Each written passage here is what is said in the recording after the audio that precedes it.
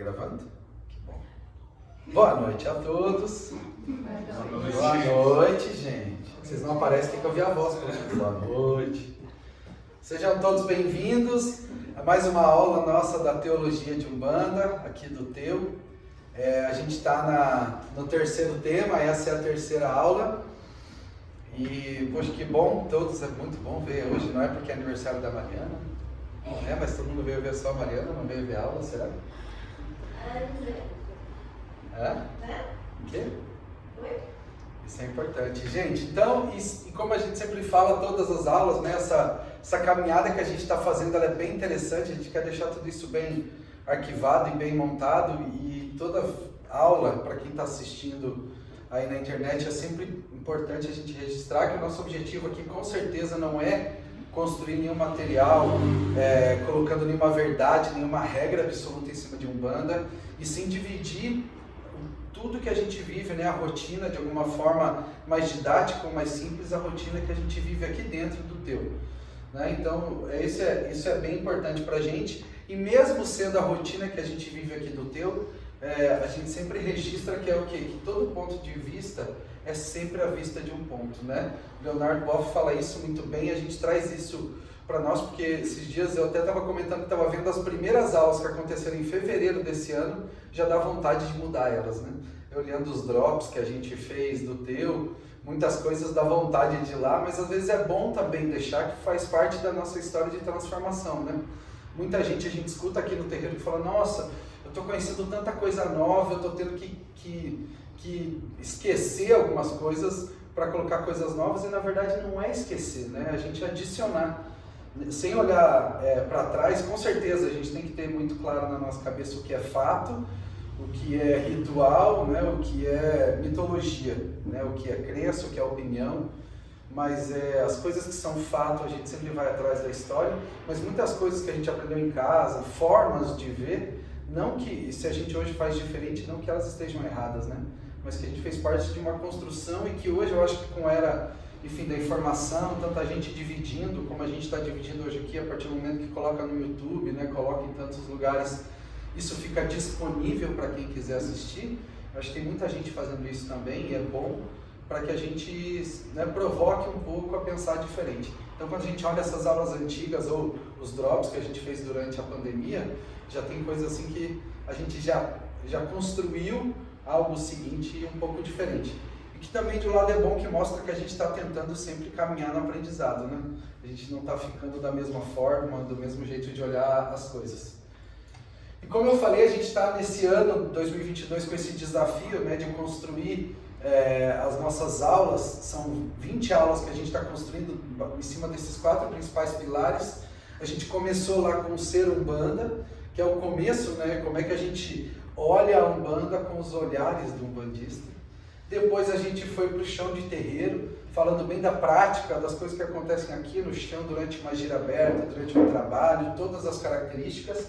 Agora a gente está em Orixás e 7 linhas da vida, e a gente vai fechar o ano com as últimas 5 aulas falando de firmeza, assentamentos e altar, né? Que é um trabalho muito mais prático, coisas que a gente faz aqui no dia a dia. E quando a gente fala de Ser Umbanda, e eu estou colocando esses slides em todas as aulas para a gente começar a construir, né, essa ideia de uma coisa única e não separar os temas como se fossem coisas independentes e sim complementares. Os 3 pilares que a gente trouxe durante a aula, quando a gente falou, né, de diáspora africana, né, afrodiaspórica, todo movimento que influencia diretamente a Umbanda, a gente falou da dança que cura, né? A dança como movimento corporal, a dança não só como folclore, mas a dança também como movimento de vida, né? Que a gente traz isso dentro da nossa crença. Quando a gente fala de diáspora europeia, a gente fala muito na fé que cura, essa forma nossa de enxergar as coisas. E a gente falou também dos povos originários aqui como na natureza que cura, né? A relação nossa com a natureza, e que tem tudo a ver com o tema desse tema que a gente está aqui, são os orixás. Depois a gente falou de chão de terreiro, o quanto a gente é um terreiro, né? O quanto a Umbanda que reside dentro de cada um de nós é o nosso caminho de construção. Então, o chão de terreiro é a nossa vida e, naturalmente, é a liberdade que a gente busca para gerar a nossa própria responsabilidade da nossa caminhada, né? Então, a gente fala muito sobre, nossa, a liberdade de ter um terreiro, que a gente ainda herda aquele formato de religião, né? Aquela disciplina, né? Aquela disciplina, muitas vezes, imposta. Aqui a gente tem a nossa disciplina gerada através da responsabilidade. Ninguém está aqui obrigatório, né? A partir do momento que a gente está aqui, a gente está comprometido com a gente. Naturalmente, quando a gente... não existe dever para santo, dever para orixá, dever para caboclo, a gente deve para a nossa consciência, né? Algo que a gente mesmo se comprometeu em fazer com a gente e que a gente não está cumprindo. Né? A gente prometeu uma disciplina, não, agora eu vou acordar de manhã, vou fazer aquele exercício de me conectar com o meu caboclo, não está fazendo, a gente nunca está devendo para o caboclo, né? A gente está devendo para a gente mesmo. Então a gente trouxe muito isso no chão de terreiro, e quando a gente vem para o orixá, as 7 linhas da vida, a gente começou falando muito, né, da definição, porque é muito importante a gente ter na cabeça, né, que Umbanda como religião brasileira, e isso já constrói uma coisa que a gente começa um pouquinho, né, esse é um exercício, parar de, poxa, o orixá é dessa cor, porque lá na África se fazia assim, o nome que fala certo é assim, e lógico, tem muitos cultos que vão buscar esse resgate, né? Não é o nosso caso, a gente traz muito o orixá ao olhar da Umbanda, o orixá com a palavra Yorubá, que vem lá da África, né, o culto, isso não pode ser apagado nem esquecido, não é esse o objetivo, isso é muito importante também, né? O objetivo não é esquecer, mas sim entender que fez parte dessa caminhada. Então, um pilar que demonstra muito forte isso é a gente chamar os orixás com os nomes, né, iorubanos, e olhar os orixás, os nossos olhos, quando a gente explica, fala de força da natureza, encantados, é um olhar inquice, né, dentro dessa construção. Por isso que é bom a gente falar que é o orixá da Umbanda. E como a gente falou que o orixá, se é divindade é infinita, né, em quantidade, em nomes, em números, nossa, tem tantos, né, se você vai atrás e, como eu falei na era da informação, você passa lá 1 hora no Google, você vai anotar no mínimo 500 nomes, se você quiser, né, vindo de vários lugares do mundo, vários lugares do próprio Brasil, se a gente pegar só no Brasil. E aqui dentro da nossa casa a gente traz 7 orixás como 7 linhas de vida, como 7 forças, como 7 notas musicais, 7 cores do arco-íris, né? O número 7, o sagrado do número 7 dentro do nosso chão, como 7 dias da semana, enfim, um número que faz parte da construção não só da Umbanda, mas de tantas outras crenças e religiões, né? E aí a gente falou um pouco na última aula, a gente foi entrando dentro de cada um dos orixás e principalmente o que eles representam, o que eles são para a gente aqui dentro da nossa casa. Não como uma regra absoluta, mas como a gente enxerga, né? Quando a gente fala de Oxóssi, o que Oxóssi significa para a gente. Quando a gente fala de Iemanjá, o que Iemanjá significa para a gente aqui. E mais do que uma deusa que naturalmente a gente tem esse exercício e essa prática pode ser por exercício até de egocentrismo, né? A gente sempre se colocando ao centro das coisas, a parte das outras coisas, né? Da natureza, das vivências, a preocupação é sempre com a gente, não é a gente. Naturalmente, quando a gente conhece alguma coisa nova, diferente, seja uma divindade, a gente quer personificar, né? A gente quer imaginar ela com o corpo de um ser humano, a gente quer imaginar ela com qualidades, defeitos, enfim, né? Ou muitas vezes para justificar as formas que a gente age e não tem orgulho, ou muitas vezes para vangloriar as coisas que as pessoas elogiam na gente, né? Nossa, você é super assim, eu sou porque eu sou filho de alguém, né? Eu sou porque Iemanjá está na frente, né? Então assim, e sendo que isso é natural desse exercício como ser humano que a gente faz, lógico, não é para amanhã falar, meu Deus, tudo isso é errado, mas é muito mais para a gente começar a gerar um pouco dessa questão. Será que quando a gente fala de orixá, a gente está querendo falar muito mais sobre o orixá ou sobre a gente? A gente está tentando se explicar ou está tentando, né, achar resposta, e divindade é uma coisa muito engraçada. A gente falou um pouco assim, né? Imagine se a gente pegasse um homem das cavernas, né? Botasse uma máquina do tempo e botasse ele aqui hoje. Ele olhar para os prédios, olhar e falar assim, nossa, o que todas essas cavernas uma em cima da outra, né? A gente pegar e ia deixar ele 1 hora aqui observando as coisas, ia botar ele na máquina de novo e devolver lá para a era da pedra, e ele ia voltar todo mundo, e aí? Me conta, como é que foi? O que você viu de diferente? Então, muito estranho. A turma tudo dormindo, um monte de caverna em cima da outra, eles entram em umas caixinhas, tipo umas cavernas, nem tinha caixa, né? Eles entram nos negócios e saem andando com aqueles negócios. Então, assim, muitas vezes a gente tenta explicar coisas que, quem sabe, ainda nem faz parte do nosso vocabulário, né? Quem sabe a gente ainda está nas cavernas para algumas explicações, ou para entendimentos. Naturalmente, a gente falou um pouco sobre a evolução da ciência nesses últimos 50 anos, né? A racionalidade traz muita explicação para muitos fatos, mas quando a gente traz para sentimento, quando a gente traz para explicação de divindade, essa relação, quem sabe a gente ainda está lá nas cavernas, né? Para muitas coisas. Então, ter isso faz parte dessa construção. E aí a gente entra muito no tema de hoje da aula, que é relacionamento com o orixá. Né? O que a gente fala hoje é como é que a gente se relaciona. E eu fui buscar um monte de referência, mas nada melhor do que dividir um pouco de como eu me relaciono. Né? Eu acho que é uma coisa, e não que seja uma forma única ou certa, ou só existe dessa forma, porque relacionamento a gente sabe, quando a gente fala de casamento, fala de amizade, né? A gente se relaciona e fala, nossa, aquele casal vive brigando, já vai separar, faz 50 anos que tá junto, né, e tá lá. Aquele outro, nossa, nasceram um pro outro, é tudo lindo, nasceram um pro outro, um mês acaba. Então, assim, não existe uma racionalidade para explicar o sentimento, concorda? Né? Não existe a fórmula, e com amizade é assim, né? Quando a gente tem os nossos amigos, a gente fala brincando com o filho, né? Não dá aquela vontade de dar burro na cara, parece que nasceu completamente diferente, mas ama de uma forma que a gente não consegue nem explicar, não consegue nem explicar, podia ser um pouquinho mais comportado, podia ser, né? Então a gente quer tanta, e volta de novo, né, às vezes esse egocentrismo, a gente quer projetar tanto as nossas coisas nas pessoas, nas coisas, e a relação com a divindade, ela é a mesma coisa. É a mesma coisa. Então, hoje eu vou falar, lógico, do nosso guia espiritual da casa, né, que trazido por Cobra Coral, na verdade a explicação dele traga sempre algum Megê para a gente ter essa referência de força da natureza dentro do chão da nossa casa. Então não tem como falar de orixá dentro do teu sem a gente falar de algum Megê, né? Sem falar de algum Megê.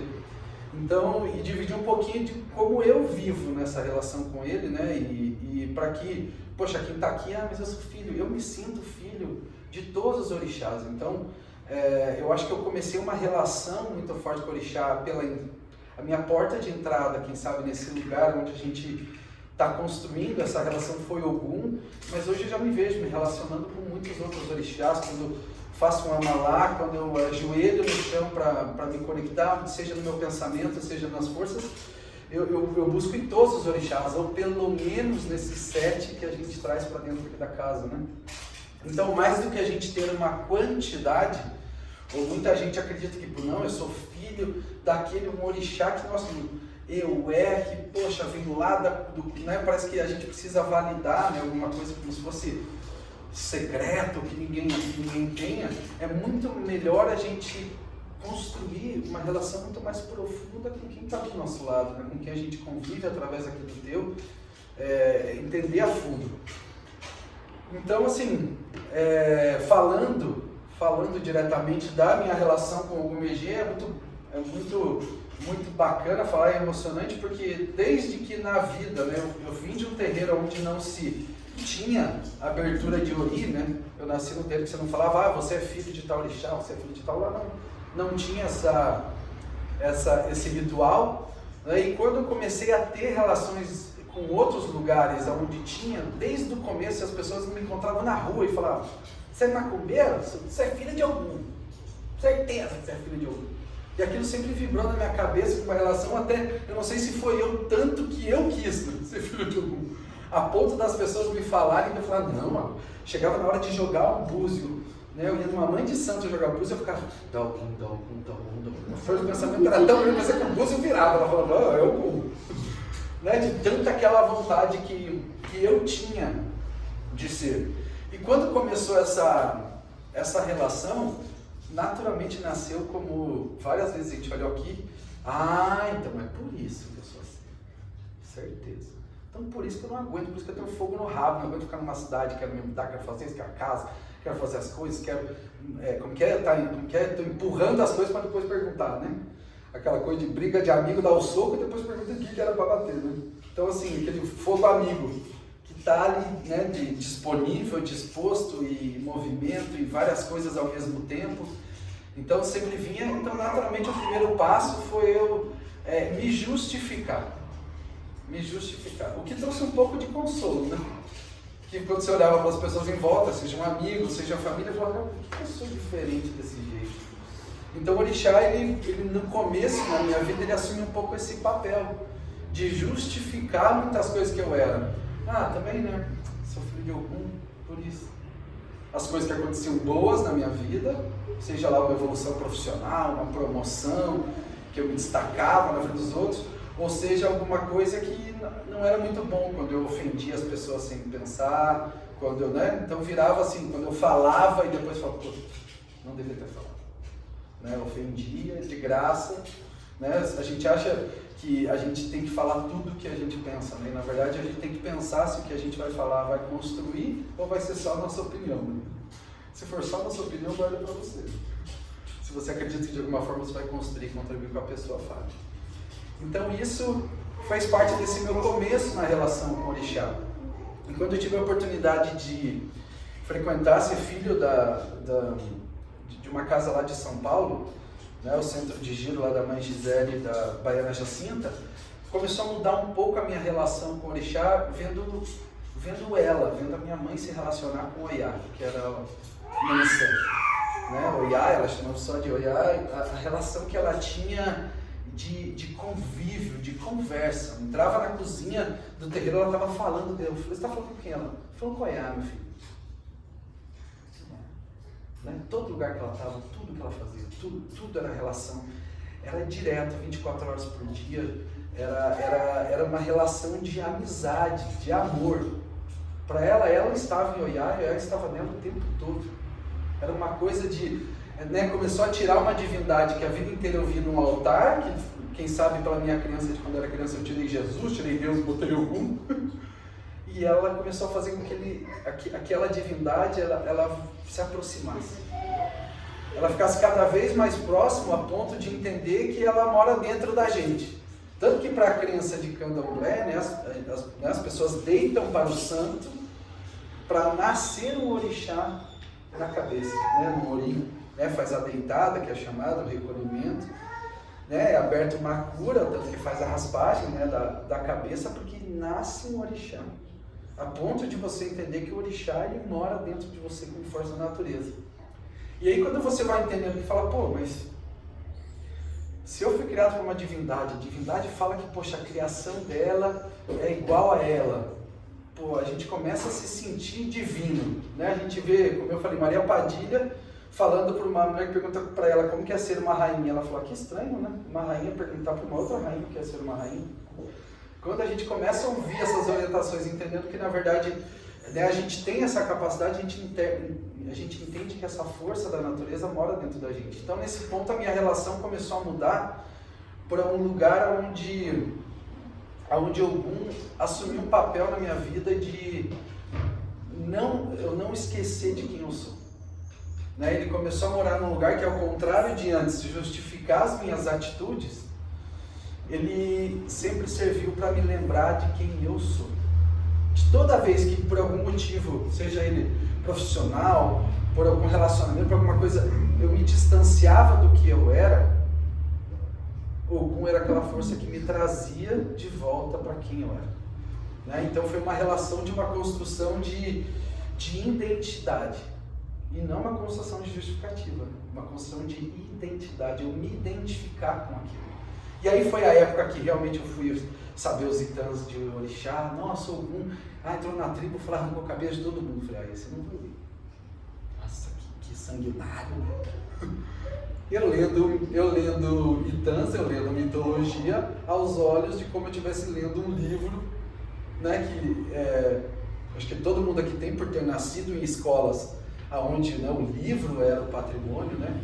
o livro era a verdade, né? O professor utilizava o livro para te falar a verdade, a gente cresceu com isso. Então qualquer livro que era dado na nossa mão, que a gente lia, a partir do momento que a gente leu, aquilo se tornava uma verdade. Né? Então imagine você ler um livro de histórias, de mitologia, com esse olhar. Então você começava a ler e falava, nossa, como faz isso? Nossa, daí você vai falar, poxa, o lado, né, Kizila de Ogum, força negativa, força positiva, então eu não posso provocar Ogum, eu não posso chegar perto disso, eu tenho que ter sempre um ferro comigo. Aí eu comecei a entrar nessa crença do relacionamento de Ogum morando dentro de mim. Então eu sou uma morada sagrada da divindade, poxa, eu tenho que cuidar dele aqui dentro, eu não posso deixar ele ao léu, né? Eu não posso largar ele no mundo para fazer o que eu quiser com o meu corpo, porque nesse corpo existe uma divindade morando. Né? Então nessa relação, nesse segundo momento foi engraçado, a busca que eu tive muito mais de entender a fundo. Aí foi quando eu conheci qualidade, que é o Ogum Megê, quando eu fui entender sobre qualidades de orixás, Ogum Yara, Ogum Xoroquê, Ogum Beramar, né? Você vai dentro das qualidades de Ogum e suas características, né? Que é uma crença também muito de candomblé.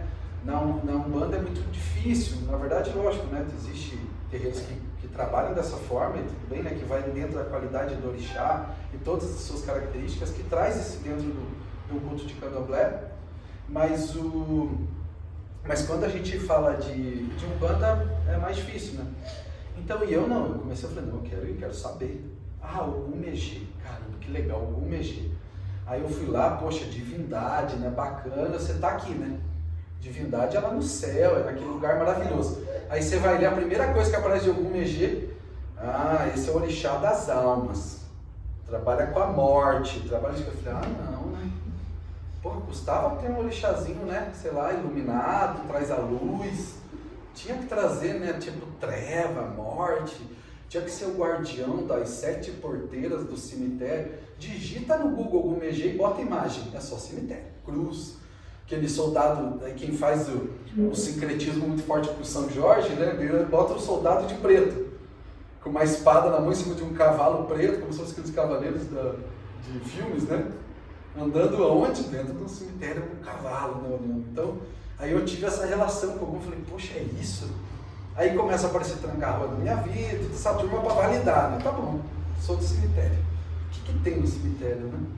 E aí você vai entendendo que a força e reinos, explicações, aí eu entrei no meu terceiro momento, que é o momento que eu acho que eu estou até hoje, na minha relação com o Ogum Megê, que é a força, na verdade, a relação de transformação. É uma força que, para a minha vida, ele faz com que nada esteja estagnado, né? Nada me faça com isso. E aonde eu encontro o meu conforto é justamente no movimento. E cada vez mais eu percebendo que dando voz, né? Gerando essa relação, porque é igual quando a gente começa um relacionamento com alguém. No primeiro encontro, a gente vai lá com a roupa mais bonitinha, né? Primeiro encontro, a gente não... Você acha que a gente chega falando defeito? Não, eu tenho chulé, eu ronco, eu tenho uma mania assim, não tô devendo no banco, ninguém fala, né, no primeiro encontro. Quem fala no primeiro encontro? Não fala, né? Você começa falando, não, né, você só fala as coisas boas, né, você só fala não sei o quê. Você acha que você vai falar alguma coisa? Não fala, né, não fala. O relacionamento, fora a Juliana, né, no relacionamento sadio, sacanagem.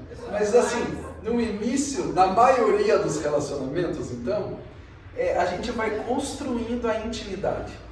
Né? A gente vai construindo a intimidade e naturalmente tem coisas ou características que não vai precisar nem ser faladas, concorda? Vai chegar uma hora que você está se relacionando que você não fala mais com palavras, né? Não é quem está, poxa, casado, eu falo muito isso, a Beth, casada há quanto tempo, né? A mãe também, quantos anos, você chega às vezes no relacionamento, é só olhar. É isso, né? Eu e a Mariana também, às vezes eu chego do trabalho, aquela coisa, ela só olha e fala, ela já sabe o que aconteceu. Então, e por que um relacionamento com uma divindade seria diferente? Né? Porque se a gente está falando de relacionamento, por que seria diferente? Né? Por que a gente colocaria ele num lugar distante, sendo que a gente está mais pedindo que ele esteja próximo? Né? Então, assim, quando a gente começa a entender que a proposta do relacionamento vai sempre te levar para algum lugar, e quando eu falo desse lugar hoje que eu vivo é o lugar da transformação, e na definição da palavra mesmo, né? Tá no trabalho, falo, não, tem que fazer alguma coisa, tem que movimentar isso aqui. Terreiro é a mesma coisa, ano que vem já quero fazer tudo diferente, já vou mudando, porque assim, isso faz parte, nessa relação, eu estou falando da minha relação, né, com o Orixá, faz parte de eu estar sempre aberto ao novo. E principalmente, o principal desafio, eu acho, de você ficar aberto ao novo é você não esquecer de onde você veio. Porque naturalmente quando você está vivendo o novo, você está deslumbrado, né? Ai, olha o novo, tá o novo terreiro, agora tem nova gente, nova gira, nova linha, né? Você vai, tudo é novo. E o maior desafio é você não esquecer de onde você veio, para que você não ande em ciclos, né? Porque naturalmente vem a novidade, perde a graça, aí vem outra coisa, novidade, perde a graça, novidade, perde a graça, né? Você fica naquele ciclo que você não sai do lugar e fica com a impressão que você está se movimentando. Mas, na verdade, a cabeça está girando, mas o pé não sai do lugar. Né? Você vive nesse ciclo. E essa forma só se quebra quando, né, isso, na minha relação, quando eu comecei a olhar para trás de onde eu vim. Olha, isso aqui eu já dei. Esse passo eu já dei. Eu não vou mais voltar atrás. Eu não aceito que esse passo volte atrás.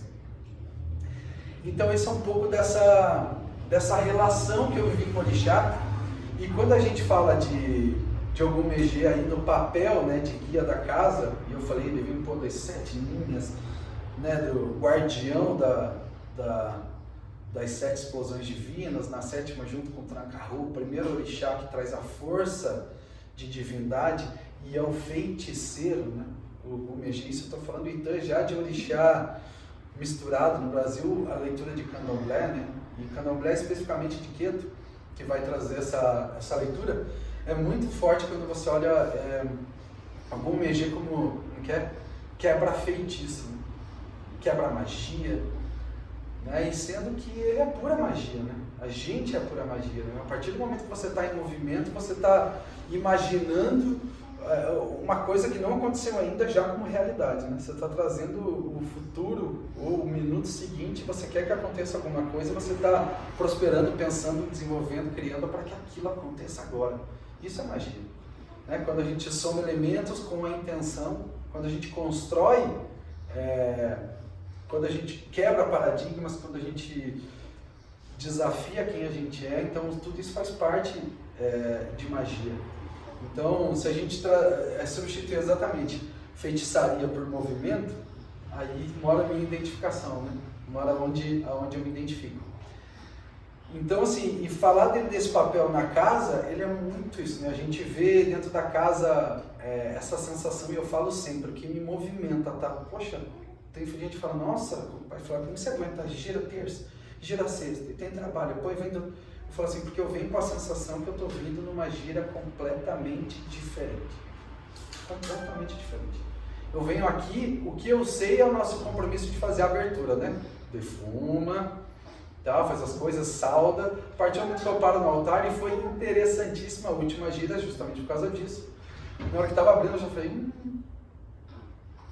aí beleza, vamos para os malandros, né? Chama malandro, de repente a gira fez assim, né? Vou.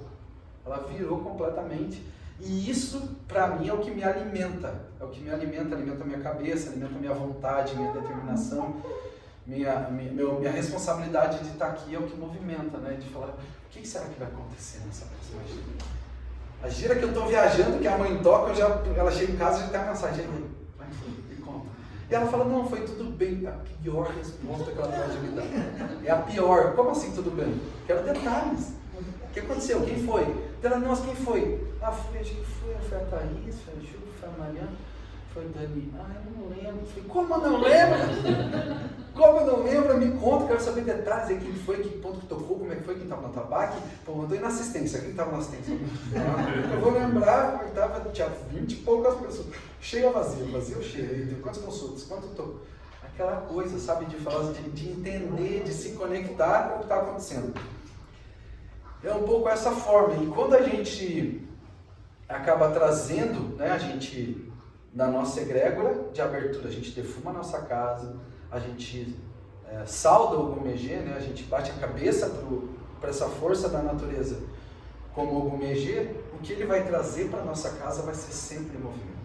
Então essa força que a gente bota nos nossos trabalhos, seja uma pagelança no meio, seja um descarrego, seja uma mandinga, seja uma mironga de caboclo que a gente faz, o que a gente faz no chão da nossa casa, com certeza tem movimento, força da natureza de Ogum Megê.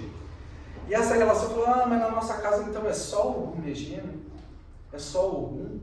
Força, pô, mas eu sou aqui filho de Oxum, e aí? E Xangô, onde é que fica nessa história? E eu aqui com a minha Yansan, o que eu faço? Né? Então assim, é muito interessante que essa primeira, por isso que eu falei dessa relação no momento que eu estou com o Ogum Megê, porque da minha relação com o Orixá, a minha relação com força da natureza, porque hoje eu olho para todos os orixás dessa mesma forma. E quem faz eu fazer isso é uma outra relação que eu tenho com o meu caboclo, que chama-se Cobra Coral, que é o pai da nossa corrente, mas que todo mundo tem o seu caboclo. Quem que faz eu me relacionar com a natureza de uma forma onde eu entenda que eu faça parte da natureza e eu não esteja a parte dela, que eu acho que é o principal caminho que a gente tem na relação com divindade, com força da natureza, porque a partir do momento que a gente se sente a parte dessa natureza, a gente assiste ela. A gente assiste ela da janela, a gente vê as cores de orixás, a gente vê comportamento, esse é bravo, esse é aguerrido, esse briga, esse é mais calmo, esse é chorona, né? A gente olha como um signo, né? A gente olha como um zodíaco, um distante, um mapeamento, um estudo, né? O zodíaco, os signos é um estudo, né? Que as pessoas, né, fizeram em cima da leitura, enfim, ancestral, muita história envolvida, mas é aquela coisa de um projeto, um mapa, né? Melhor coisa, acho que o mapa astral é um bom exemplo, que é onde está projetada uma leitura como se fosse um búzio, como a gente faz o búzio, né? Como a gente faz o obi, é uma leitura de um movimento, que é diferente da relação com o orixá. A partir do momento que a gente deixa de entender que a gente está a parte da relação, ou a parte da natureza, e a gente faz parte da natureza, a relação é outra. A gente entende que nesse lugar onde eu vejo o Ogum Megê, né, me trazendo movimento para a vida, estão todas as forças da natureza juntas, numa coisa só, no mesmo segundo, no mesmo momento, sem ordem, né, isso em nenhum momento representa o apagamento cultural, a interpretação de orixás que acontece, mas eu estou falando muito mais de uma forma filosófica, muito mais uma relação pessoal, que é o que a gente vive aqui no Teu. Né, como a gente traz o aprendizado como o caminho, a gente fala da Umbanda como a arte da cura, a arte ela tem uma interpretação pessoal. Né? É sempre importante a gente conhecer que o maior risco, né, o maior risco, acho que pode ser a palavra, da gente criar uma relação abstrata é a gente perder as origens. Né?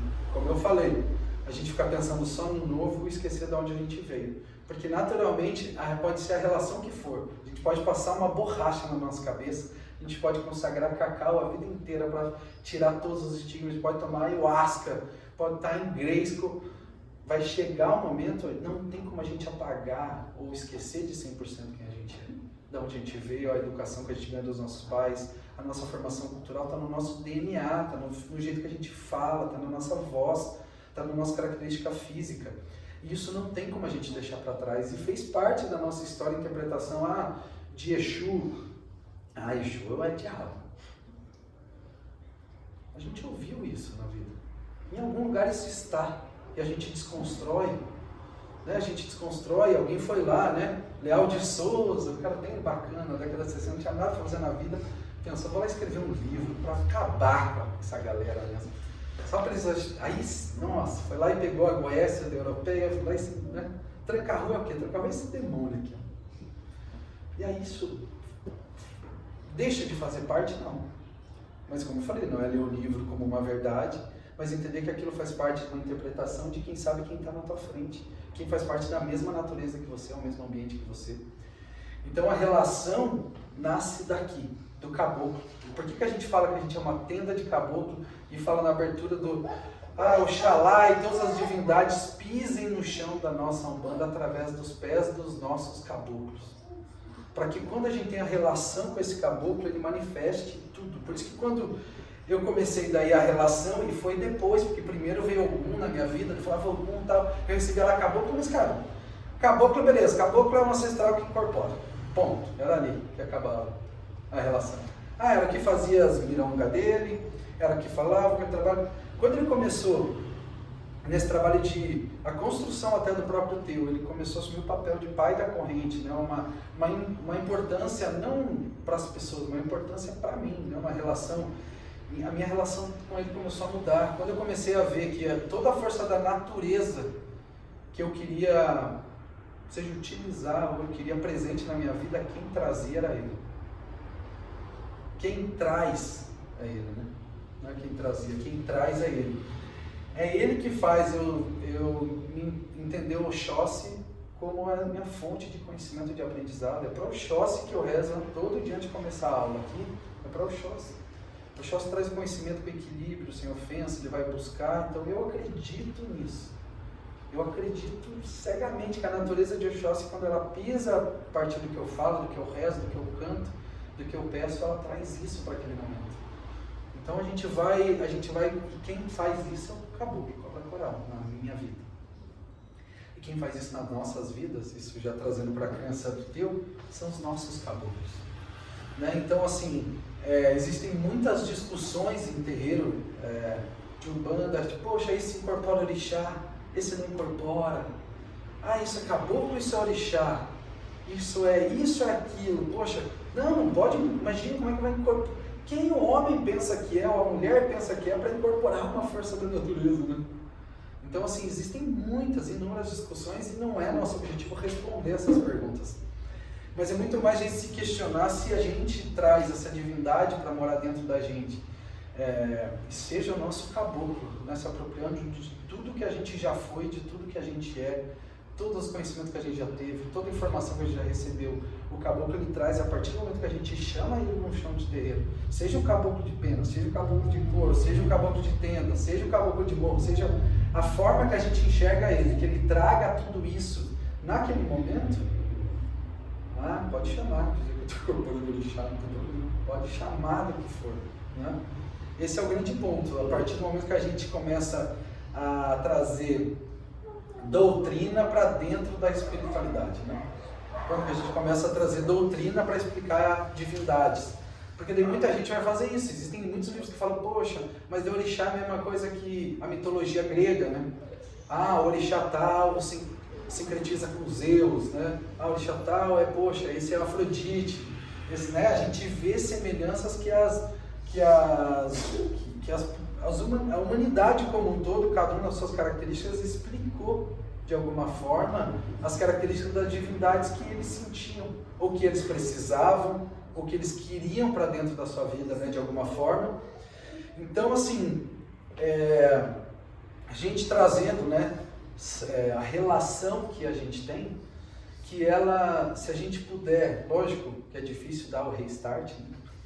É difícil esquecer tudo que a gente lê, tudo que a gente consome sobre orixá, e não é para esquecer.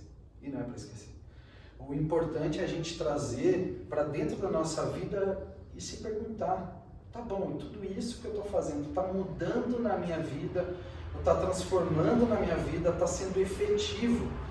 Sabe, Umbanda ela é resultado, né? Umbanda, não tem coisa melhor aqui, tem coisa melhor, sério, acho que não existe coisa melhor da gente estar aqui no terreiro, alguém voltar, né, das pessoas que vêm aqui participar da gira e falar assim, poxa, obrigado, aquele dia eu cheguei, cara, mal aqui, né, eu estou sendo melhor. A gente, quantas pessoas aqui começaram vindo aqui no terreiro, né, sentando aqui para receber um fortalecimento, para receber um descarrego de chu, para receber, né, uma mironga de caboclo, e hoje está aqui e para e olha para trás e fala, olha só, né,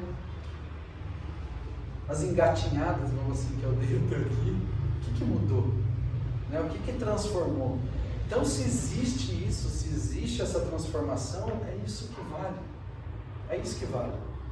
Sabe que enquanto assim, aprender, né, o aprendizado é sempre importante. Saber, né, o que como as outras pessoas enxergam, ou como as outras formas, é sempre bom. Aproveitem todas essas oportunidades.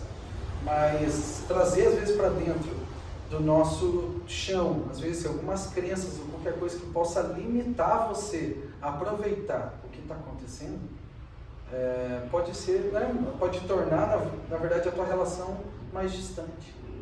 E o objetivo de uma relação, quando a gente fala de orixás e 7 linhas da vida, ou 7 linhas de orixás e vida, né? Não importa a forma que a gente chame, é a relação que a força da natureza tem na nossa vida, tem na nossa vivência.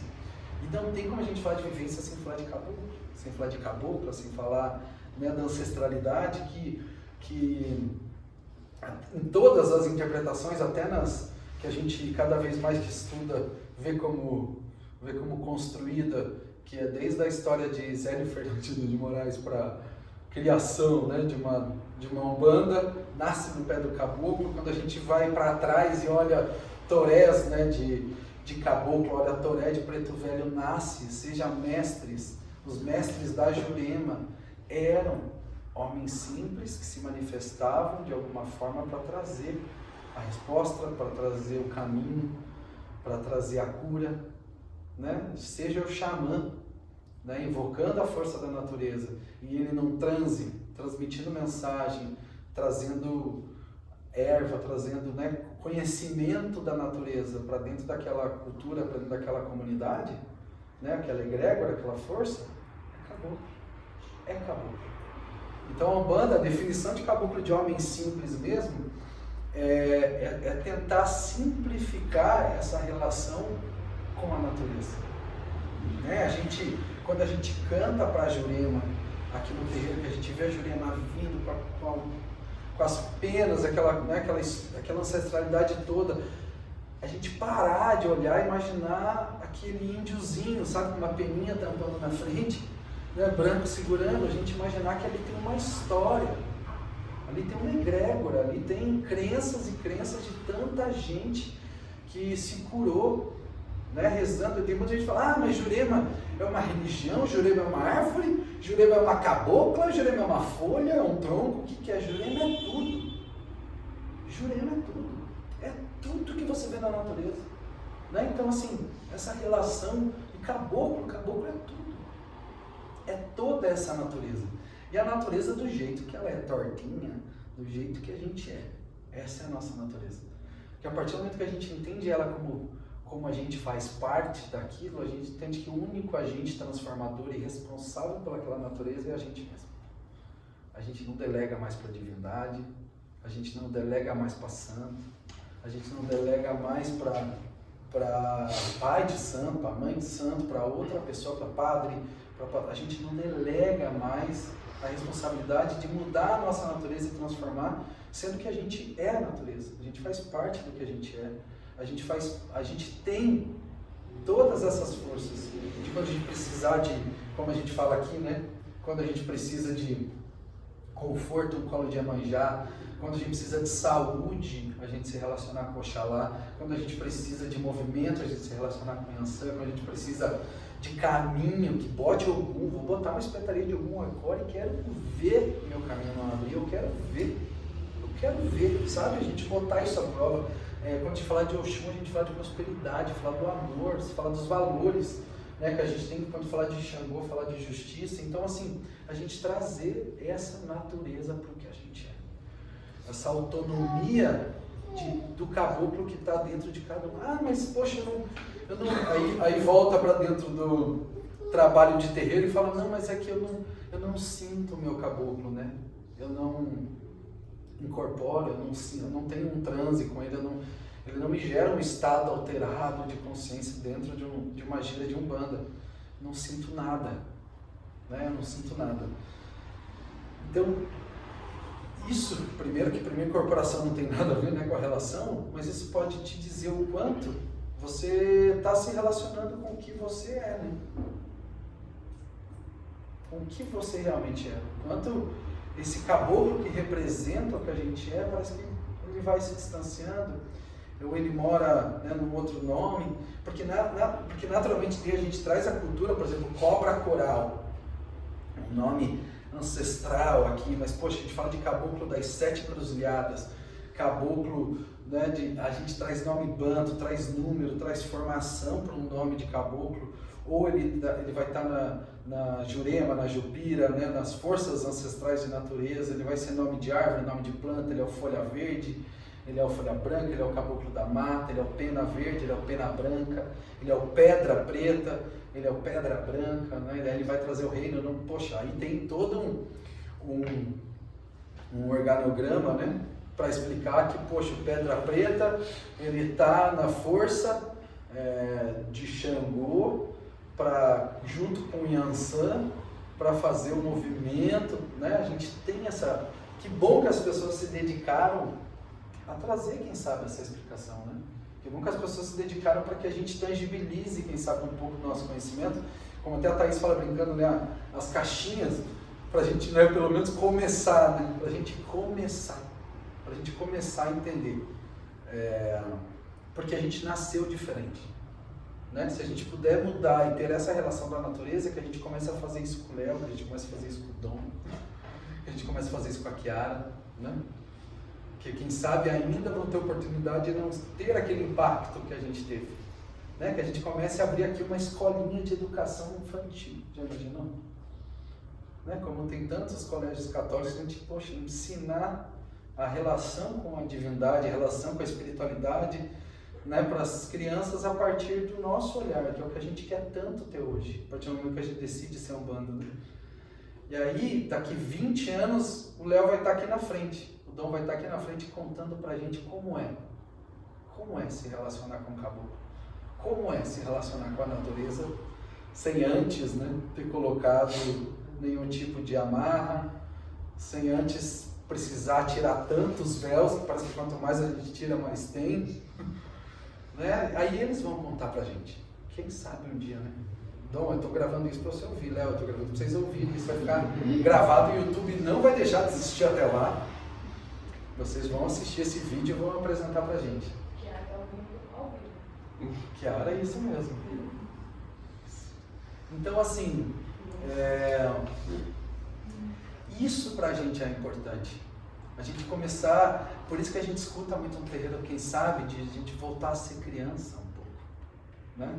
A gente voltar a ser criança, quem sabe a gente ter a vontade de reaprender, né? Ou aprender mais, porque o reaprender ainda traz aquela ideia de eu preciso apagar o que eu acreditei até hoje e acreditar numa coisa nova agora. Não, como você vai fazer isso? Não? Chega a ser um pouco incoerente. O que você precisa é adicionar, é deixar que a caminhada do teu aprendizado ela continue andando, ela não pare. Ela continue dando os passos que ela tem que dar para o conhecimento que vai vir pela frente, pela nova forma de você se relacionar, pela nova forma de você ver aquele orixá, pela nova forma de você ver o teu caboclo. Né? Então hoje eu dividi a minha relação direta, lógico, com o meu objetivo da aula, trazer relação, e eu falei, cara, fui atrás de tanta informação, falei, poxa, mas nada melhor que eu dividir com o que eu me sinto. Né? Pode ser que seja distante para muita gente, falou, cara, não imagino me relacionando dessa forma e tudo bem. Ou quem se afinizou, falou, é assim que eu vejo, também tudo bem, não importa. Não existe uma relação certa, não existe uma relação certa. Eu acho que a grande mensagem dessa aula, quando a gente fala de Ogum Megê, fala de qualidade de orixá, ou fala da relação que a gente tem com o orixá, busque isso. Busque trazer o orixá que hoje, quem sabe na tua cabeça ele está no altar, quem sabe ele está, o teu caboclo ele está embaixo do pé de uma árvore, que quando a gente está aqui na gira, você chama, ele vem para cá, ele está nos ventos, ele está no mar, ele está no reino, nas pedras, você chama, ele vem para cá. Comece a tentar trazer ele o mais próximo possível. Né? Deixe que ele seja parte do que você é. O caboclo, a cabocla, seja quem você é. Se você tem orgulho, e eu escuto isso de todo mundo, porque eu tenho também orgulho de ver vocês no estado alterado de consciência aqui com os seus caboclos, né? A gente fala tanto, seja o pretinho velho, seja criança, seja o boiadeiro, né? O caboclo de couro, dá um orgulho, né? Ver vocês naquele transe. A gente falou isso, até o Ico não está aqui, né? De ver ele no girão com o caboclo, né? Aquilo, nossa, o caboclo de couro dele, o boiadeiro, parece que me deu um arrepio, assim, né? Aquela energia, então isso gera um orgulho na gente. Por que a gente não tem esse orgulho sempre? Né? Por que a gente não tem esse orgulho sempre? Fala assim, Como que ele veio de algum lugar, entrou num transe e voltou. O passo que ele deu em direção a gente, ele não volta mais atrás. A proximidade que a gente gerou nessa egrégora aqui, no rezo, pedindo, cantando, a gente trouxe de um jeito que não volta mais atrás. Não tem como voltar mais atrás. Não volta mais.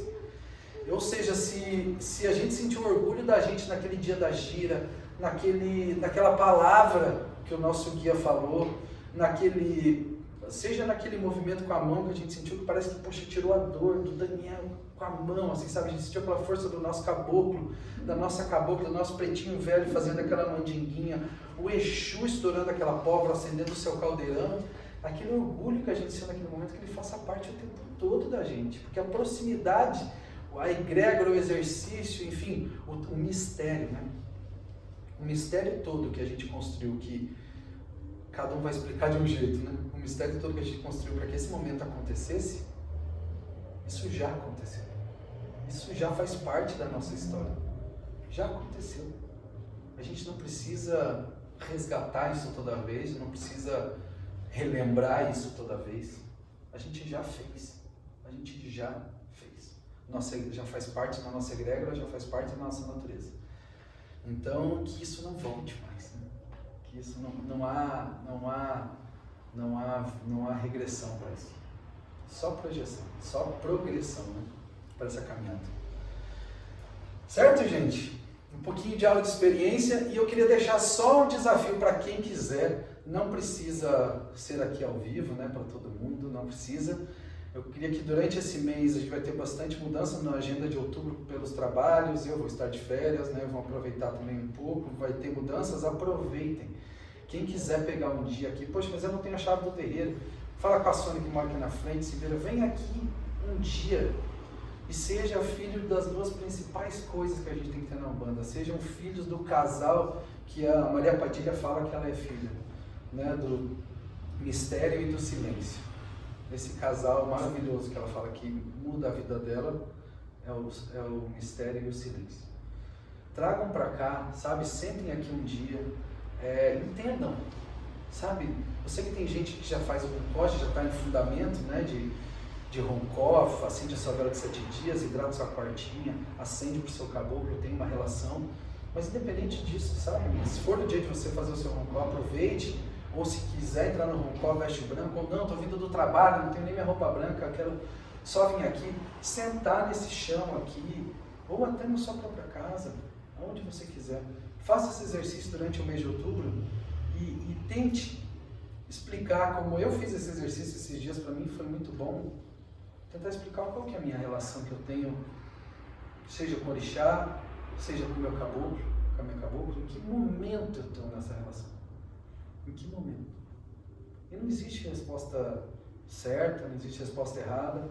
E dividam comigo, da forma que vocês quiserem. Pode ser um áudio no WhatsApp, pode ser um vídeo, pode ser escrito, pode ser o dia que a gente estiver aqui no terreiro, me chamar no canto e falar. Não tem resposta certa, não tem errado. Convido vocês, convido até quem, os filhos que não estão aqui na casa, que estão assistindo a aula, a fazerem a mesma coisa.